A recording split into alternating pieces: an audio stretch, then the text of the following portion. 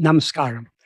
Today I'm going to be talking about the 15th paragraph of Nāṉ Ār. This paragraph consists of one long sentence and followed by three much shorter sentences. The subject of the main clause of the first sentence is jivagal, which means jivas, sentient beings. What he says in the main clause is jivagal tattaṅ karmanucharam cēṣṭippadum ādittaṉ. That means jivas move and subside. Move can mean exert or engage in activity, and subside, in other words, cease to be active, in accordance with their respective karmas.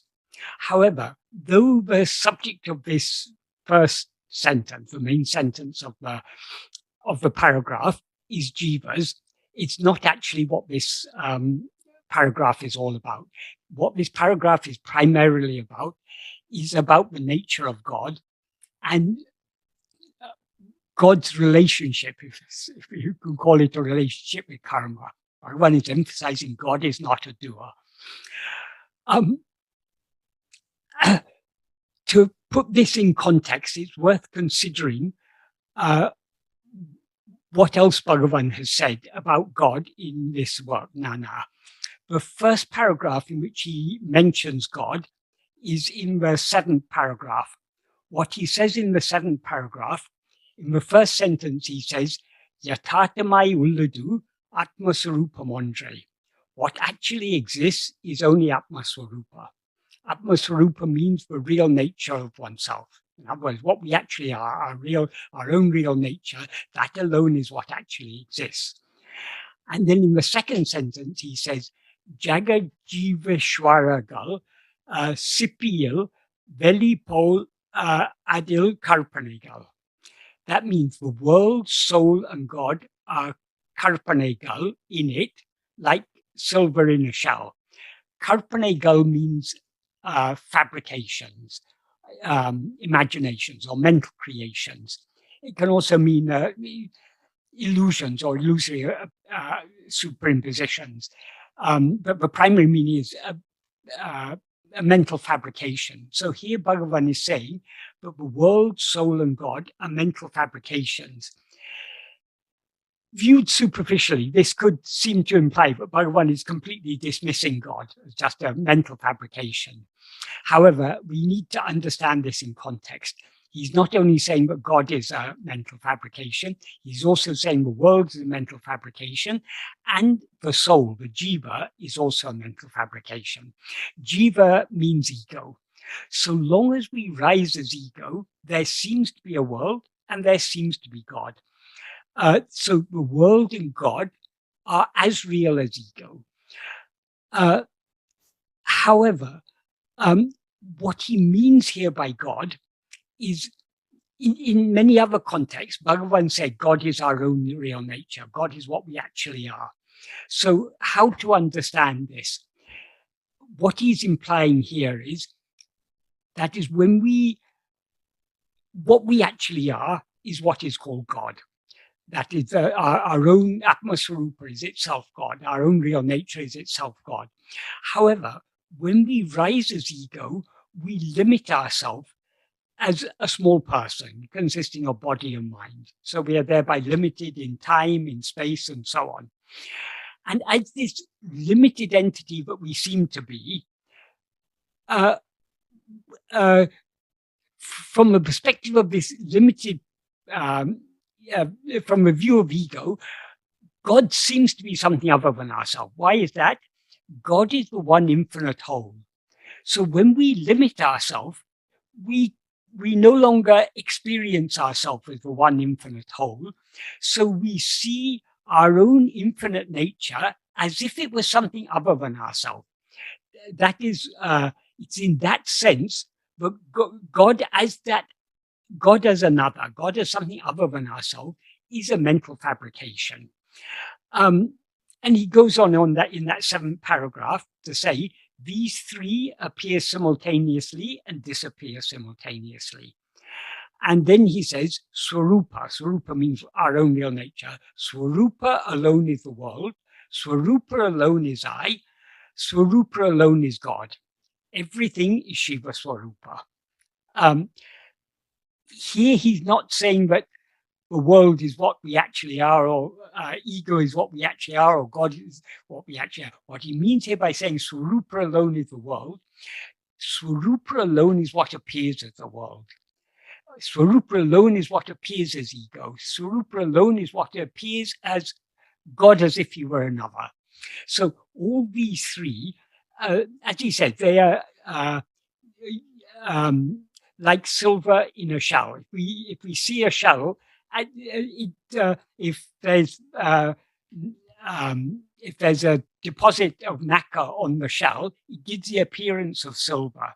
That silver is just an appearance. It's not actually silver. It just looks like silver. So these three are just illusory appearances, mental creation. They don't actually exist. Bhagavan isn't here denying the reality of God. He's denying the appearance of, he's denying the God as he seems to us, God as if he was something other than ourselves, has any substantial reality. That is, God as something other than ourselves is no more real than ego. And likewise, world is no more real than ego. That is, God, the world and God as if he was something else other than ourselves appear only in the view of ego. So this is the first mention of God. The next mention of God is, there's a very brief mention in the 8th paragraph, but the context in which Bhagavan refers to God in the 8th paragraph, it's not actually one of the original sentences of Nāṉ Ār. It's one of 3 sentences that were later interpolated, at least 10 years after Bhagavan wrote this essay version. It wasn't part of his original answers to Shiv Prashan. There it is said, however, in sleep, even though the mind has ceased, the prana does not cease. It is arranged thus by the ordinance of God for the purpose of protecting the body, and so that people do not wonder whether the body has died. So here, this is just a passing mention of God, and as I say, it wasn't part of the original text. So the next sentence in which Bhagavan refers to God is in the 12th paragraph, in which he says, Kadavalum Guruvum Unmayil Verala. God and Guru are in truth not different. And as he often said on other occasions, God, Guru, and Self are all one and the same. That is, it is our own self who appears to us as God, as something other than ourselves, and who subsequently appears as Guru in order to tell us to turn within and know what we actually are. So God and Guru are not different. They are both, their real nature is our own real nature. And then the next mention of God is in the, very importantly, in the 13th paragraph. In the 13th paragraph is the paragraph where Bhagavan is talking about surrender. And in the first sentence of that paragraph, he says, Anma chintane tavira, vera chintane kalambavadaku, satram idum kodamal, apmanishta paranai iripte, tannai isanaku alipadam. That is, being atmanishta, one who's firmly fixed or established as oneself, giving not even the slightest room to the rising of any thought other than atmachintana, which literally means thought of oneself, but implies self-attentiveness, alone is giving oneself to God. So in this paragraph, he's talking about surrendering ourselves to God. And in the next sentence, he says, even though one places whatever amount of burden upon God, that entire amount he will bear. And then in the third sentence, he says, since one Parameshwara Shakti, Ishwara is a word that means God, but it also means God as the ruler. So Parameshwara can mean the supreme power, Parameshwara Shakti can mean the supreme power of God, or it can mean the supreme ruling power. But it amounts to the same. It amounts to the same. So here he also, in the third sentence, he's referring to God, and he says, since one Parameshwara Shakti is driving all karyas, instead of we also yielding to it, why to be perpetually thinking it is necessary to do like this, it's necessary to do like that? So here Bhagavan is implying that it is God who is driving all karyas. Karyas in this context means whatever needs to happen or ought to happen, and whatever needs to be done or ought to be done, he's making it all happen. So this may give the impression that God is a doer, that God is doing actions. And indeed, God is often referred to in Vedantic and other texts as the Mahakata, the great doer.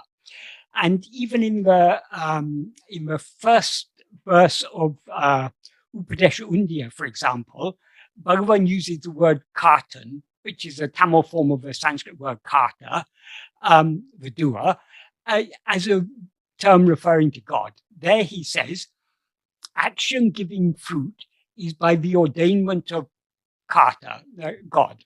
So he's referring to God here as the doer. And likewise in the Sanskrit version of that verse,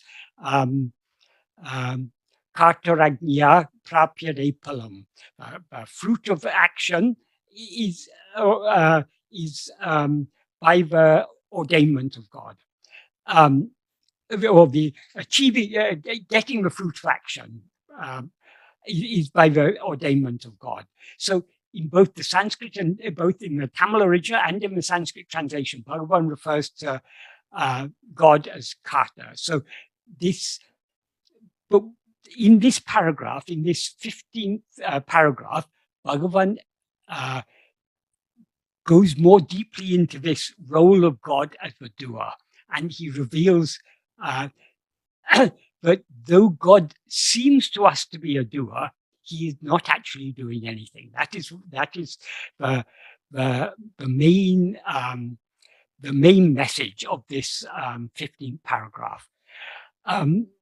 So this is what he's teaching us here in this 15th paragraph. It is a very deep idea, a very deep truth, and it puts a lot of other teachings in perspective. We need to understand when God is said to be the doer, in what sense is he the doer?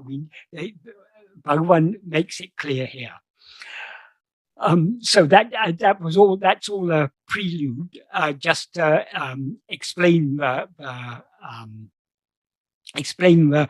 put this paragraph in context. So, as I say, in the 13th paragraph, Bhagavan said that one Parameshwara Shakti is driving all karyas. He's making whatever needs to happen, he's making it happen. So does that mean God is the doer? This is what Bhagavan is answering here. As I said, this paragraph consists of one long sentence and three shorter sentences. The long sentence I have split into two, because the first half is an analogy and the second half is the main part of the sentence. So just for explaining the meaning of the sentence, it's easier to split it in two. So the analogy that Bhagavan gives is in the first part of the sentence. What he begins by saying is, icchā-saṅkalpa-yatnam-iṇṭṛi y-eṛunda ādittaṉ saṉṇidhi-māttirattil. That means in the mere presence of the sun, which rose without icchā, saṅkalpa or yatna. Icchā means liking or wish. Saṅkalpa means desire or volition or intention. And yatna means effort. All these words are very closely connected in meaning, but I will explain a little bit more about them afterwards. But I'll first I mean, the order in which Bhagavan, the fact that Bhagavan chose to use all three words and he used them in this particular order is quite significant. So I will explain about that shortly, but I'll first put it all in context by reading the whole sentence. So, in the mere presence of God, in the mere presence of the sun, because this is the analogy, in the mere presence of the sun, which rose without liking, desire, or effort, what happens in the presence of the sun? He goes on to say, kānta-k-kal, aggiṇiyai-kakkuvadum. That means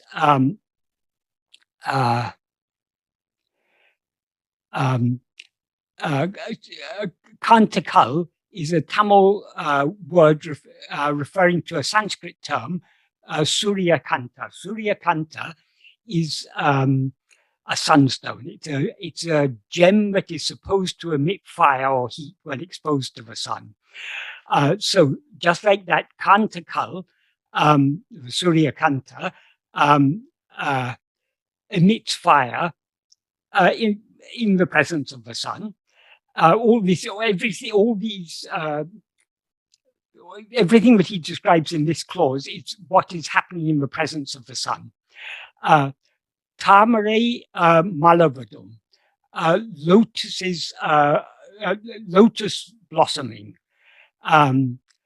near vaṭṛuvadum, water evaporating, ulahōr, tattaṅ, kāriyaṅgaḻil, piraviruttittu, iyaṭṛi, ādittaṉ.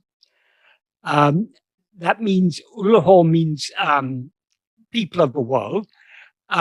Commencing means piraviruttittu, iyaṭṛi, doing, and ādittaṉ, ceasing or subsiding. So the people of the world, they engage in action, they do the actions, and they cease doing the actions. All this is in the presence of the sun. And then one last thing he says, that's one analogy. Then he gives another analogy. Kāntattiṉ mun usi cēṣṭippadum. And just like in front of a magnet, a needle moving. So there are actually two analogies here. One is all the things that happen in the mere presence of the sun, and the other is what happens in front of a magnet, a needle moves. So all these things are, these two analogies is illustrating the nature of God, as it becomes clear in the remaining part of the sentence, the main part of the sentence. So up to here, Bhagavan has given us two analogies. In the main part of the sentence, as I said, the actual main clause is jivagal tattaṅ anucharam cēṣṭippadum ādittaṉ, which means jivas move and subside in accordance with their respective karmas. But then there's a long relative clause describing jivas. That is, jivas. What Bhagavan says in the relative clause is saṅkalpa rahita tarai irakum isan saṉṇidhi vishesha-māttirattil nadakum muttoril aladu pancha krityāṅgal ku utpatta jivagal. That is, jivas who are subject to or ensnared in muttoril or panchakrityas. Muttoril means, it's a Tamil term, means three functions. This is referring to the three functions of God, the three basic functions of God, namely creation, sustenance, and dissolution. Or panchakrityas. The panchakrityas is a Sanskrit term that refers to five functions of God, namely these three, creation, sustenance, and dissolution, and also concealment, tirodhana, and grace. I'll explain a bit more about these afterwards. But what the important thing, the key part of this sentence is saṅkalpa rahitarai irakum isan sannidhana visesha-māttirattil. All these things, all these 5 divine functions, they happen by just the special nature of the presence of God. Isan sannidhana means the presence of God. Visesha means, visesha means what special. So the special nature of the presence of God, māttirattil, by the mere special presence of the presence of God, all these things happen. Just like everything, just like all the activities that happen on Earth in the presence of the sun, when the sun rises, and just like the needle moving in front of a magnet, all these 5 divine functions of creation, sustenance, dissolution, concealment, and grace, all these happen by the mere special nature of the presence of God. In other words, what Bhagavan is implying here is that God is not actually doing anything. Just like the sun is not doing anything. It is just, but in the mere presence of the sun, so many things happen on Earth, and the magnet is not doing anything, but in the presence of the magnet, the needle moves. All the actions that jivas do happen. These 5 divine functions: creation, sustenance, dissolution, concealment, and grace. These happen without God actually doing anything. They happen by the special nature of his presence. What does Bhagavan mean here by the presence of God? The presence of God is God's being, God's existence. By his mere being, everything is happening. So what Bhagavan implies here is that God is not actually a doer. Though he is formally described as the great doer, because everything happens in his presence, he is not actually a doer. The nature of God is mere being. And whatever God, being means existence. Whatever seems to exist, the existence is only God. That is, God is the existence of all things. So he's the very being of everything. So nothing can happen without existence, without being. There must be existence in order for action to occur. Action is not the reality.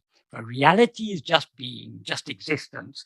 But when we rise as ego, we limit ourselves, and therefore we seem to become engaged in action. So what appears to us as action is actually nothing but the mere being of God. And God is nothing but our own real nature. God is what we actually are.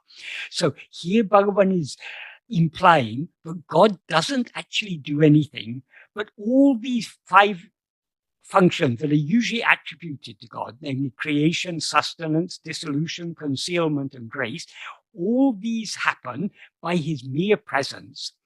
He's not actually doing anything. It's by the special nature of his presence, all these things happen. Just to explain these panchakriyas in a little bit more detail, creation. This is something we're all familiar with. Everyone, the general belief in all theistic religions is that God is the creator. The whole world has been created by God. But not only does God create the world, he also sustains the world, and eventually he will bring about the dissolution of the world. That is, since the world is created, it has come into existence. Whatever comes into existence also has to cease to exist. So not only does God create the world and sustain the world, but eventually he will dissolve the world. Those are the 3 basic functions of God, but 2 other functions are mentioned: concealment and grace. The word for concealment is tirodhana. What that means is that concealment can be understood at different levels, but the basic concealment is that we are ignorant of our own real nature. If we as jivas were not ignorant of our real nature, none of these divine functions could appear to take place, because they all appear to take place only in the view of jiva. It's only in the view of jiva that there's a world, and therefore we look for an explanation. We say, oh, it must have been created, and how did it come into existence? And then there are so many different ideas. That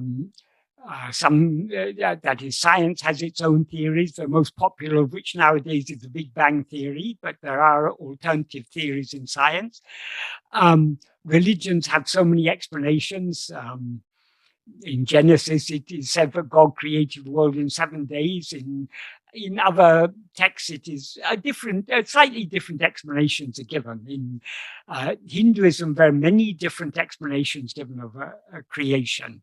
It is Brahma created all this from his mind, or Vishnu, sleepy on Adi-Sesha, dreamt all this. This is all a dream of Vishnu. There are so many different explanations given. But one thing that is common with all these explanations, God creates everything from his own mind, or by merely saying. In the Bible, it's not stressed so much that God merely created these things from his mind, but it is said, God said, let this happen, and it happened. So that implies it's by God's mind. So all these various creation theories are pointing at the fact that the world is nothing but mental creation. But instead of saying outright that it's our own mental creation, as Bhagavan has taught us, for people who are not yet mature enough to understand and apply such teachings in an appropriate manner, it is said, God, some power other than ourselves, some supreme power has created this. But he created only from his own mind. It is not, he's not created it from anything else. It's all a mental creation. So, as I said, these are okay. I was explaining concealment. So, in order for these first three functions, creation, sustenance, and dissolution, to occur, since they occur only in the view of jiva, and since they couldn't occur if we knew what we actually are, we wouldn't mistake ourselves to be a jiva. We would just remain as pure awareness, and as such, we would not be aware of any creation, sustenance, or dissolution. We would not be aware of the existence of the world at all. It's only when we rise as ego, and we couldn't rise as ego, since ego is a false awareness of ourselves. Awareness of ourselves is something other than what we actually are. Now instead of being aware of ourselves as just I am, we're aware of ourselves as I am this person. So this is a false awareness of ourselves. This false awareness of ourselves doesn't completely conceal what we actually are. That is, even when we're aware I am this person, we are still aware I am. The awareness I am without any adjuncts is our real nature. But when adjuncts are mixed with this fundamental awareness I am, and we mixed and conflated with this fundamental awareness I am, we seem to be something other than what we actually are. So this self-ignorance is what is referred to as concealment. This word concealment is also used, an extension of this same idea of concealment. For example, it is sometimes asked, why don't we know our previous births? If we've had so many births, why don't we remember our previous births? And the answer given for that, even Bhagavan gave this answer. He said, it is by the grace of God that the past is concealed from us. Even the few bad things that we've done in this lifetime cause us so much mental anguish. If we knew all the wrong things that we had done in so many bad previous lifetimes, all the wrongs we had done to others and all the wrongs others had done to us, it would be mental torture for us. So forgetting all our previous lives is a great blessing. So that is a secondary meaning of the term concealment in this context. But the primary meaning is our self-ignorance. So in order to enable all this to happen, we need to be concealed by ignorance, by avidya, ajnana. So who who provides that ajnana? It is God. Even our ignorance is attributed to God. And then the final and most important of all the 5 functions of God is anugraha, grace. What is grace? Grace is that power that removes the concealment and thereby brings an end to the whole appearance of all the panchakrityas.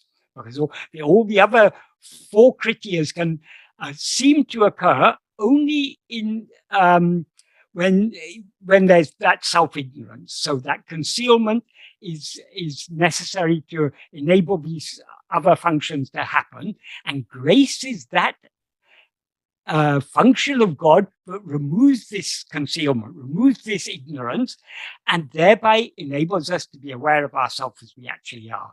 So, in other words, this idea of panchakrityas, as Bhagavan said in the 13th paragraph, since one Parameshwara Shakti is driving all karyas.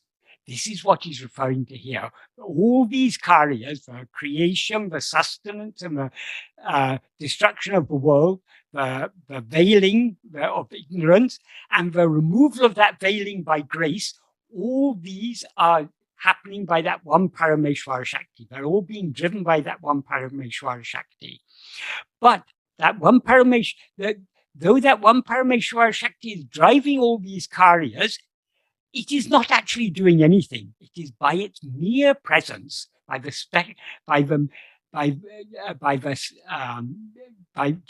special nature of the presence of God, all these things are happening. That's what Bhagavan is emphasizing here. So, for example, it is said, Bhagavan has taught us that as he says in the first verse of Upadesha, action giving fruit is by the ordainment of God. That means when we do any karma, karma here means agamya, the action that we do under the sway of our own vasanas, or in other words, according to our own will, those actions bear fruit. But those actions don't bear fruit of their own accord, because actions are jada, as he says in that verse. So once we've done an action, the fruit of that action is entirely in the hands of God. When, where, how, and whether we are to experience that is decided by God. So the fruits of all the actions we do get stored in what is called sanchita. Sanchita just means a heap or a pile. Because as a general rule, in every lifetime, we do many more karmas, we do much more agamya than we have time to experience the fruit of past agamya. So we are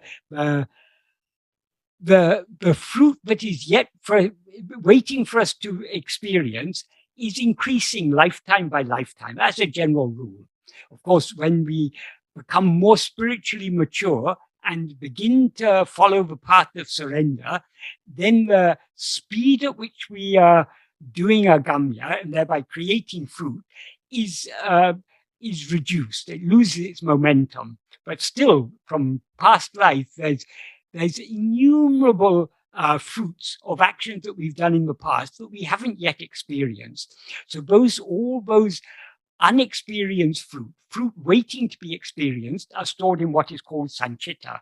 And from sanchita, God selects which fruit we should experience in each lifetime. So that is the fruit that we are to experience in our present lifetime is what is called prarabdha, fate or destiny. So that is ordained or allotted to us by God. So if we consider all these things, when we see this world, the world seems to be full of numerous jivas. That is, there are at the present time there's said to be about 7 billion people in this world. But the people means human people. But these are not the only jivas in this world. All the different animals are jivas, and not only in this world, in heaven and in hell, there are so many other jivas. So jivas are innumerable, and God is allotting appropriate fruit of past actions for each and every jiva. This is why God is called the Mahakata, the great doer. He's got a huge amount of work to do. So if we take all these things literally, it sounds like, oh, poor God, he's got a huge amount of work to do. But actually, all these things happen by his mere presence. God doesn't actually do anything. By his mere presence, all these things happen. And how do they happen? They happen perfectly. Because so long as God seems to us to be something other than ourselves, we are finite, God is infinite. So since God is infinite, he has infinite knowledge, infinite power, and infinite love. So because he knows everything, nothing can happen without his knowledge. Because because he's all powerful, nothing can happen without his consent. Because since he knows everything, if something happens, that is because he's allowed it to happen. And since he's all love, he has infinite love. He loves every jiva he loves as himself. Whatever happens by his will is for the good of all concerned. And therefore, everything is happening just as it should happen. So when Bhagavan refers to the special nature of the presence of God is primarily his being. But Satchidananda, being, awareness, and happiness, or Asti Bhati Priyam, being, shining means awareness, and Priyam, love, these are all one and the same thing. So God's being is itself his love. So it is God's infinite love that God has for each of us that manifests in our life as grace. So whatever is happening, and including all the creation, sustenance, dissolution, the veiling and the grace, the allotment of the fruits of our past actions, all these are happening by the mere presence of God, because the presence of God is itself infinite love. That is, his very nature is love. So whatever happens, it's all happening for the good. But he is not doing anything. All, as Bhagavan says, by his mere presence, jivas who are subject to or ensnared in these panchakrityas, who are the subject, who are what is affected by all these panchakrityas, jivas do their, according to their own respective karmas, they act and they cease to act. So all our actions, we are the doer of the actions, but we couldn't be doing these actions without the presence of God. And because we are the doer of actions, we have to experience the resulting fruit. As Bhagavan says in verse 38 of Uludunapadu, Vine mudal namayin, vile payan tuipom. If we are the doer of actions, we will experience the resulting fruit. The converse of this is, so long as we are experiencing the resulting fruit, we were the doer of the actions whose fruit these. So everything that we are now experiencing is the fruit of actions that we have done in the past. So it is we who are doing, but we couldn't be doing any of these things if it were not for the mere presence of God. So everything is happening by his mere presence. Our doing is futile because whatever happens is happening according to his will. That is, our prarabdha has been allotted to us. It is a selection of the fruit of our past actions, but we've done so many actions in the past. Why has he allotted these particular fruit for us to experience in this lifetime? That is because these fruit are what is most beneficial for our spiritual progress. So whatever is happening, it's happening by the mere presence of God. In other words, by his infinite love, everything is happening. But the it is because of we are the doers of that is, we are the doers of karma, and we are acting. Bhagavan says here, we are acting karma anusancharam. That means anusaram.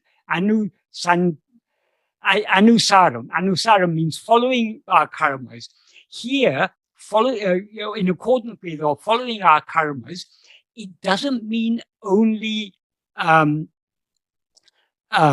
prarabdha karma. The prarabdha karma is the destiny, but it's also our actions are primarily driven by our karma vasanas. Karma vasanas means our inclinations to act, to think, speak, and act in particular ways.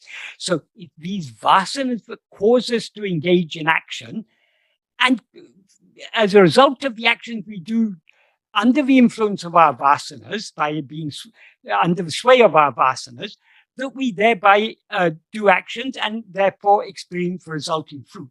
That is why in the second verse of Upadesha Bhagavan says, Vinayam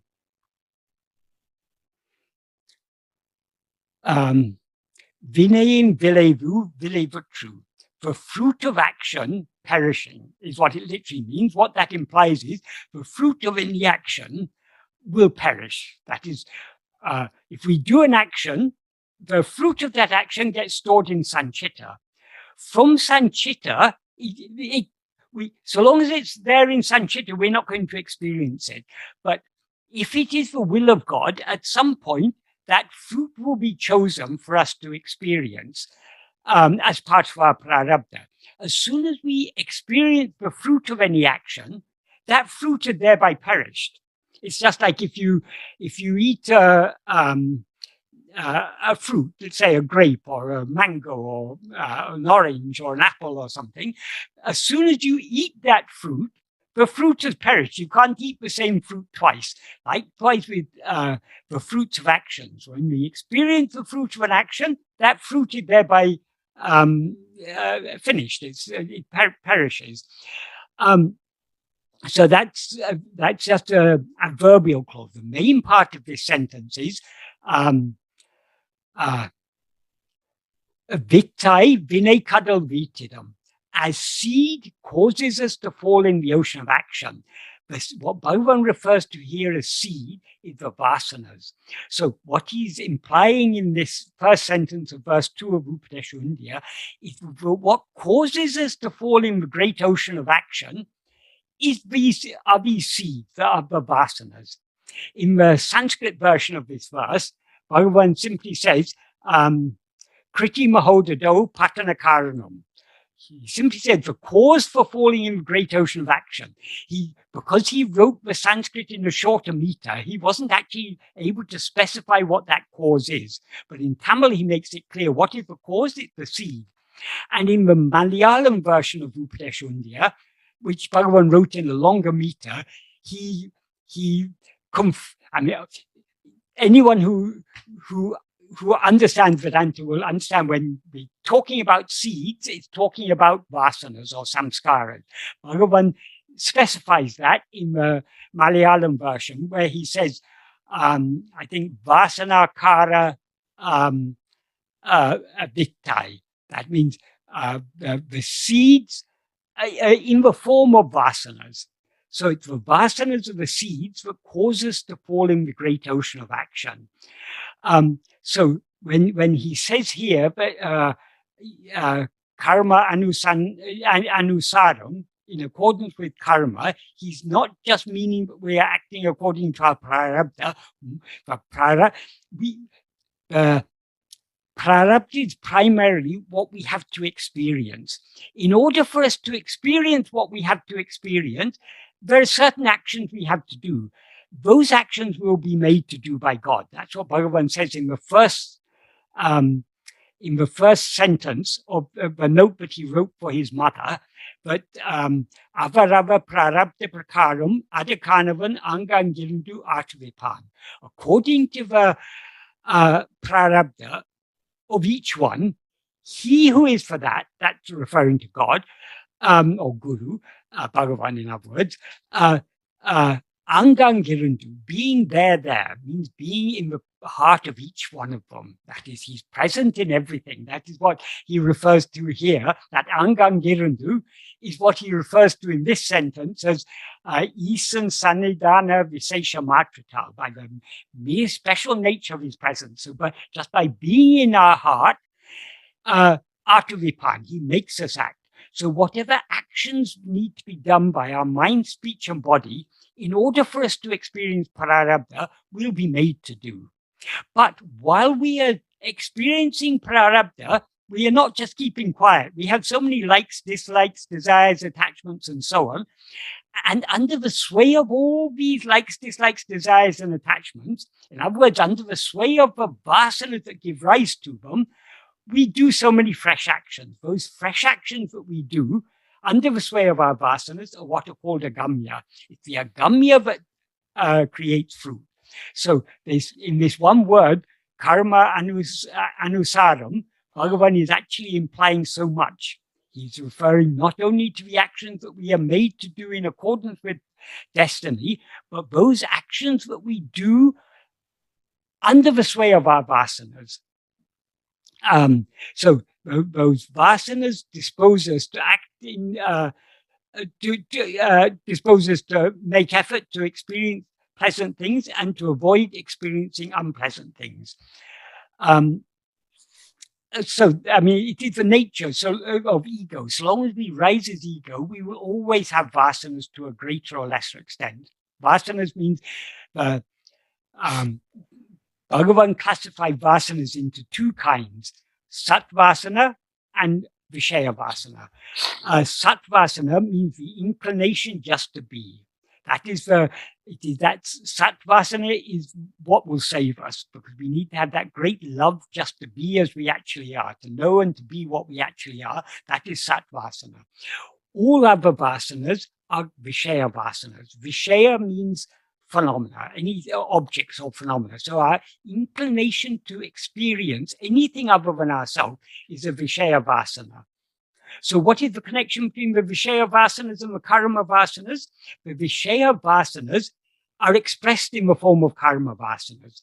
If I have an inclination to eat chocolate, I will also have an inclination to get up and go to a shop and buy chocolate. So lying within every karma vasana is a vishaya vasana, because what motivates us to do actions is the inclination to experience the vishayas. If we had no vishaya vasanas, we'd have no inclination to do anything. So these vasanas have they have a real problem. And of course, whose vasanas are they? They are ego's problem. So the root of the vasanas is ego, and vasanas in turn are the cause of everything else. I said at the beginning of this sentence, I would say something more about the first three words Bhagavan uses in this sentence, icchā-saṅkalpa-yatnam. Bhagavan uses them referring to the sun. He's using them in the analogy. The sun has no liking, it has got no desire, and it makes no effort. But in its very present, everything happens. So that analogy is an analogy for God. What Bhagavan says about God is saṅkalpa-rahita-rāyirkum, isan. God who is saṅkalpa-rahita. That means one who is devoid of any desire or volition or intention. When Bhagavan said that he's devoid of saṅkalpa, the implication in this context is that he's devoid of icchā, saṅkalpa, and yatna, all three. He's devoid of the liking, the desire, and the effort. Why did Bhagavan use these three words, and what is the significance of them? That is, all the efforts we make as a jiva are driven by desire. And desires arise out of liking. That is, first we see something, or we come to know of something, and we like it. we can like something without necessarily desiring it. I like the iPhone 12, but I've got my iPhone 10, so I'm quite happy with that. I've got no particular desire for that iPhone 12, though I can see it's something very nice. I like it. So likes don't necessarily give rise to desires. But if we dwell more and more upon a liking, I have a liking for iPhone 12 now. I see all my friends have an iPhone 12. I've only got an iPhone 11 or 10 or 9 or whatever. So by dwelling on that liking, the liking then sprouts into a desire. And the desire then means, oh, I want this phone. So how can I get this phone? I don't have enough money for it. So I have to make effort to earn more money, to save up money to buy this latest iPhone. So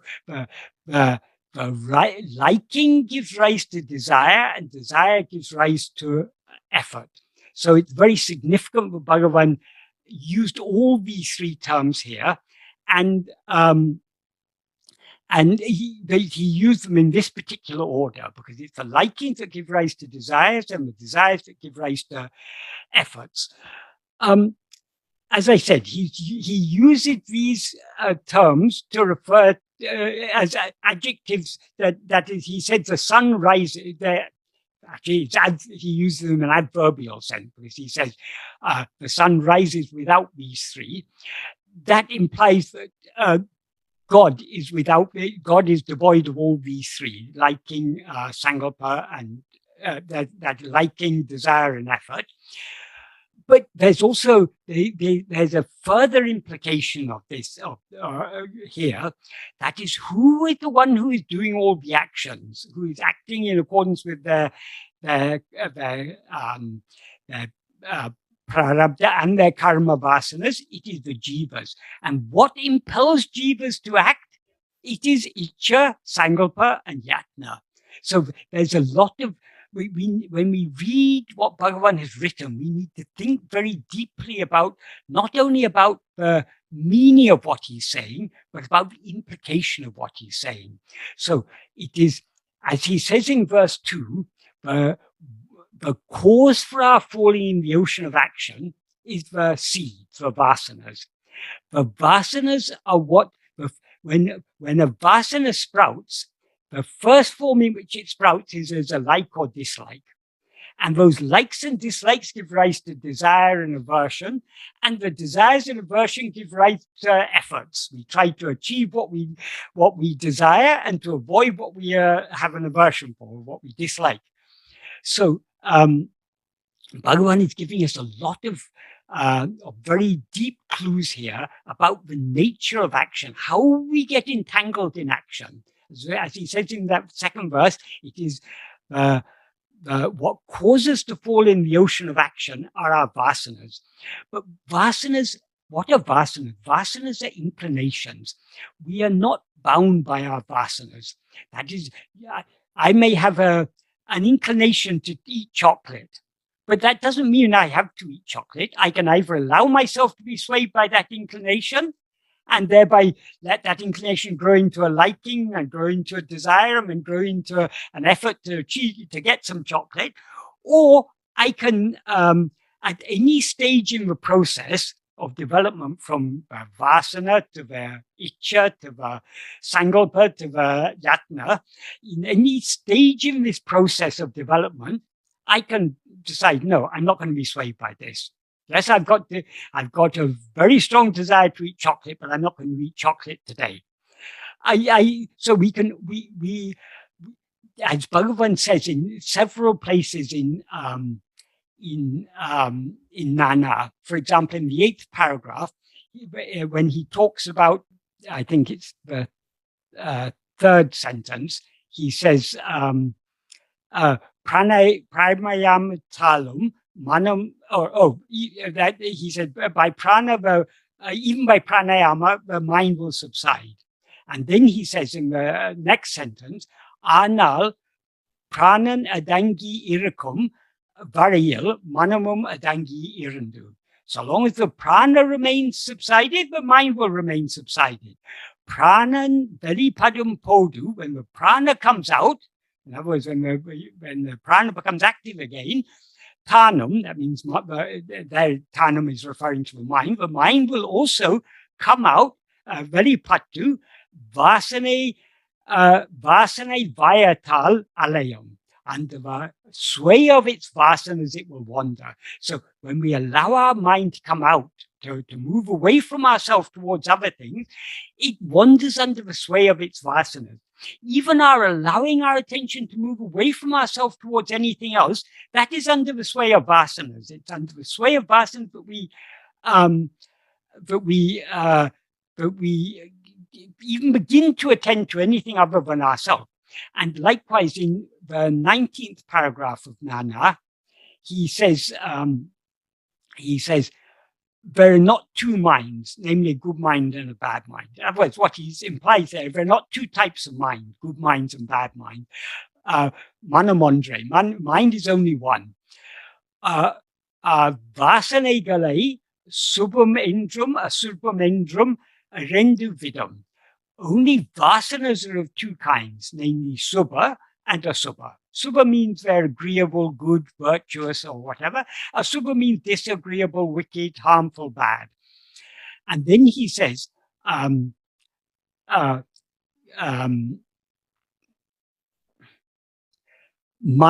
subha vasane vayatai nikampodu. When the mind is under the sway of subha vasanas, nalamanamendram. It is said to be a good mind. Asubhavasane vayatai nikampodu ketamanam indrum solapadum.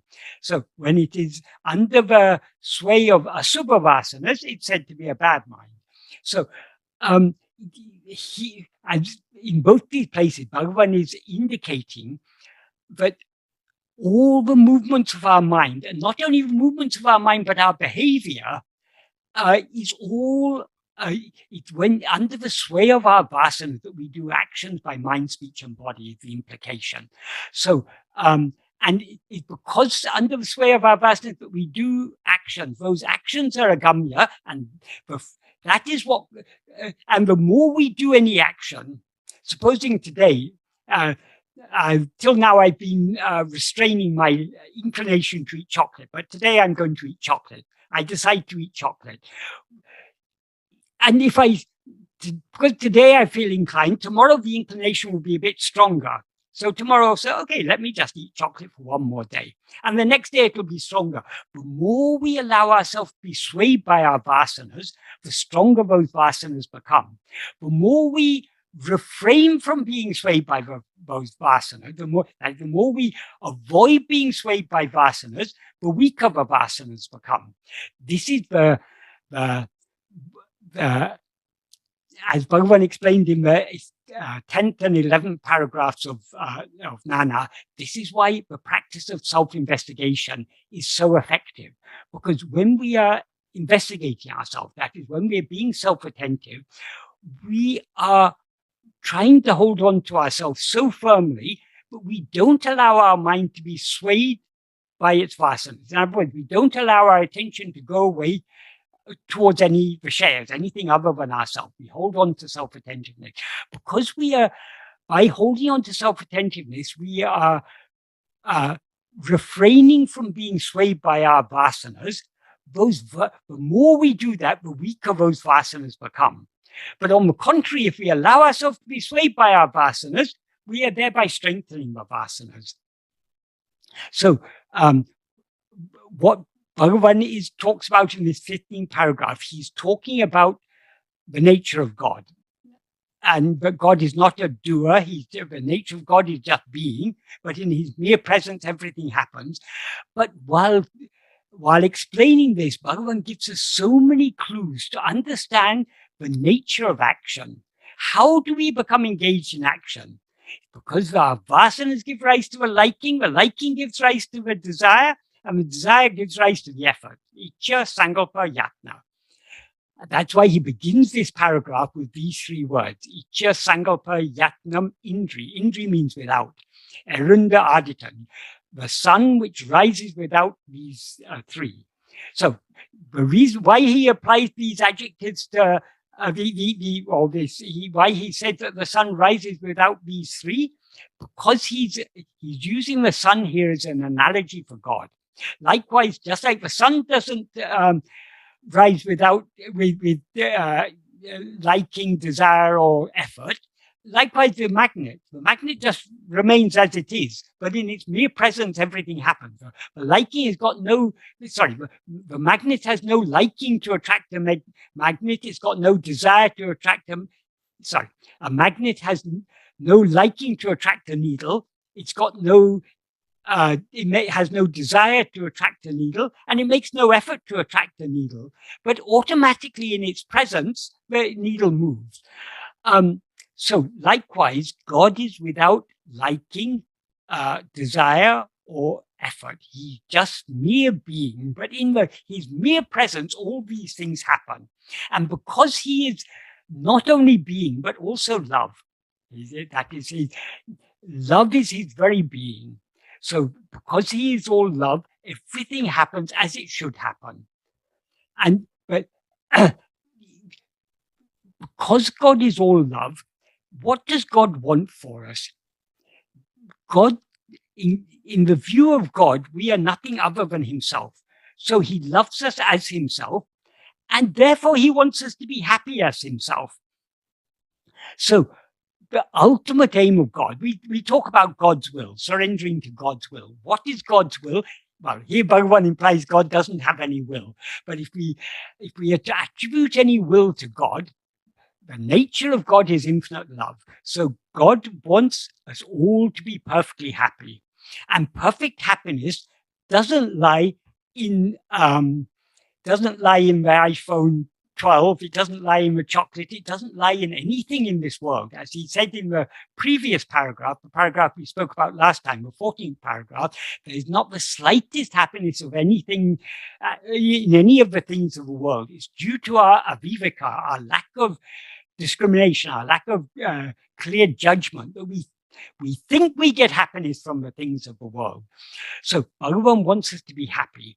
So Bhagavan isn't going to cheat us by just giving us the petty pleasures of life. Bhagavan wants to give us infinite happiness. And infinite happiness, as he says in the first paragraph, in order to attain that happiness, which is one's own nature, tanne tān aridalvendam. Oneself, knowing oneself is necessary. So in order for us to achieve the happiness that we are all seeking, we need to know what we actually are. Why? Because that happiness is tan subhava mana achukate. That happiness is our own very nature. So in order to experience the infinite happiness that we actually are, we need to know what we actually are. So whatever happens in our life, whether it's seemingly good or seemingly bad, it's all happening by the will of God. And the will of God is that we should experience infinite happiness, which we can experience only by knowing ourselves as we actually are. So all the pleasures and pains that we undergo in life, all the whatever we experience according to our in accordance with our prarabdha, it is all allotted to us by God with one aim and one aim alone, to mature us and thereby make us ready to come to this spiritual path, to follow this spiritual path, to investigate ourselves, and thereby surrender ourselves completely to him. Why does he want us to surrender ourselves completely to him? Because only when we surrender ourselves completely will we be happy. So long as we rise as ego, we are not aware of ourselves as we actually are. So long as we're not aware of ourselves as we actually are, we're not experiencing the infinite happiness that we actually are. So we are permanently discontented. And nothing in this world can satisfy us. Dissatisfaction is our very nature. Whatever we may desire, nowadays there are people in the world with hundreds of billions of dollars.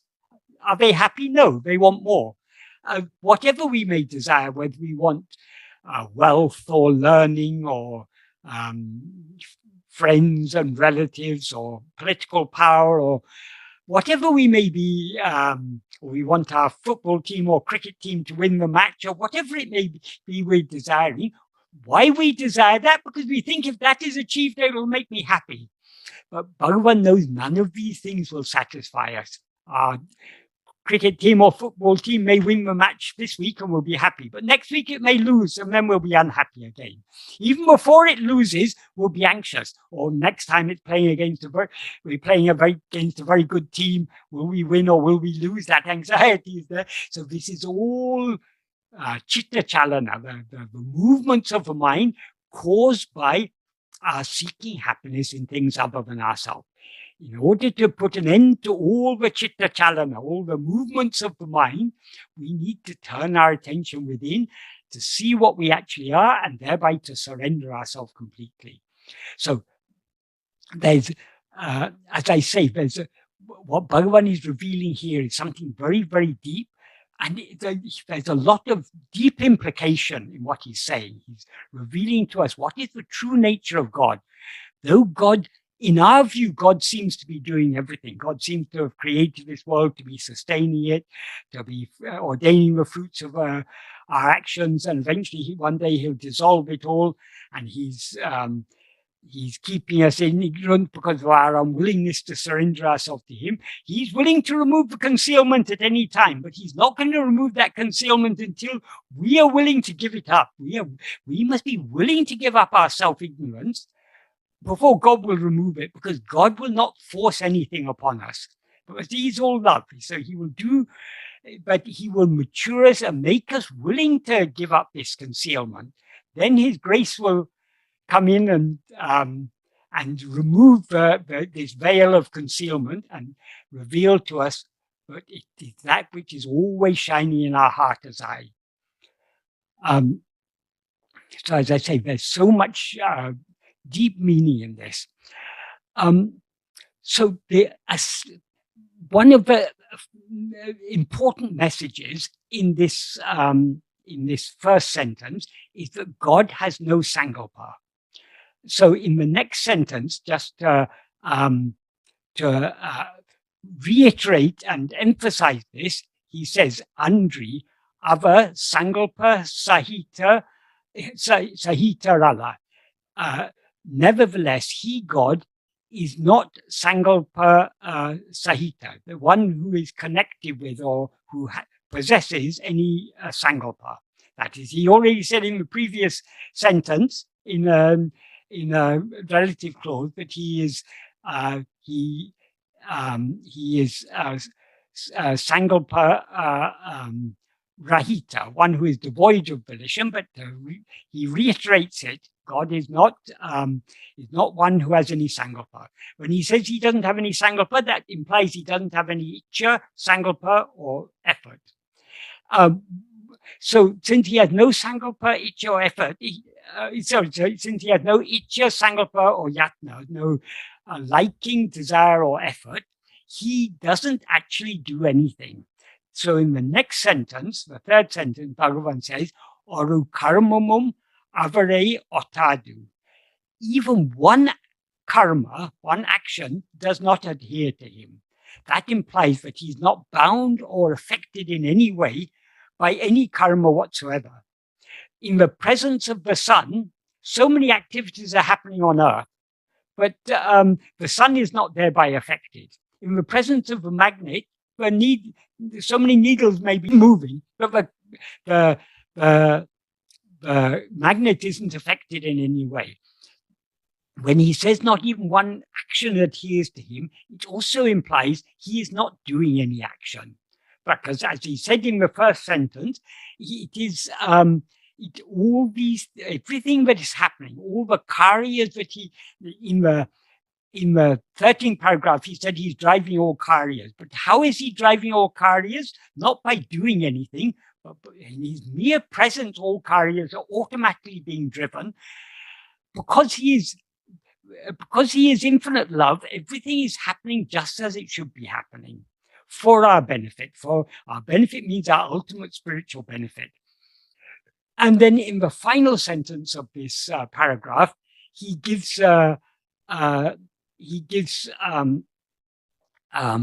two analogies to illustrate what he says in this in the previous sentence. But one, not even a single karma attaches it or adheres to him, attaches itself to him.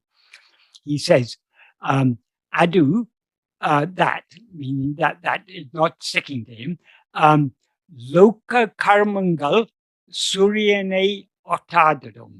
That is like the world actions not adhering to or affecting the sun. That is, the sun is unaffected by whatever happens in this world. That's one analogy. And then the other analogy he gives is Āniya Chaturbudangal Guna Gunangal Vyapakamana Ahayate Ottadadum Polam. It is also like the qualities and defects of the other four elements, namely earth, water, air, and fire, not adhering to the all-pervading space.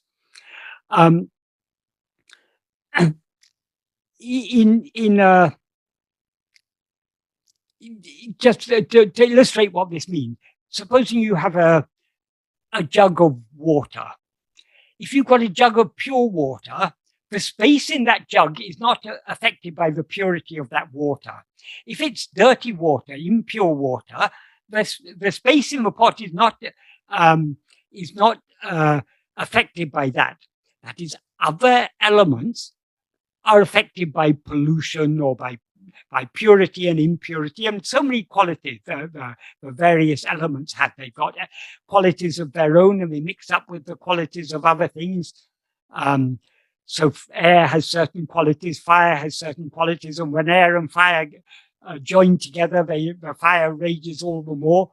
And when fire combines with water, the water evaporates. When fire combines with earth, the earth becomes parched and dry, whereas when water is added to the earth becomes moist and fertile. So all these elements, they interact with each other. But all these are happening in space. The space is not in any way affected by any of these elements. So everything that is happening in this world is happening in the mere presence of God.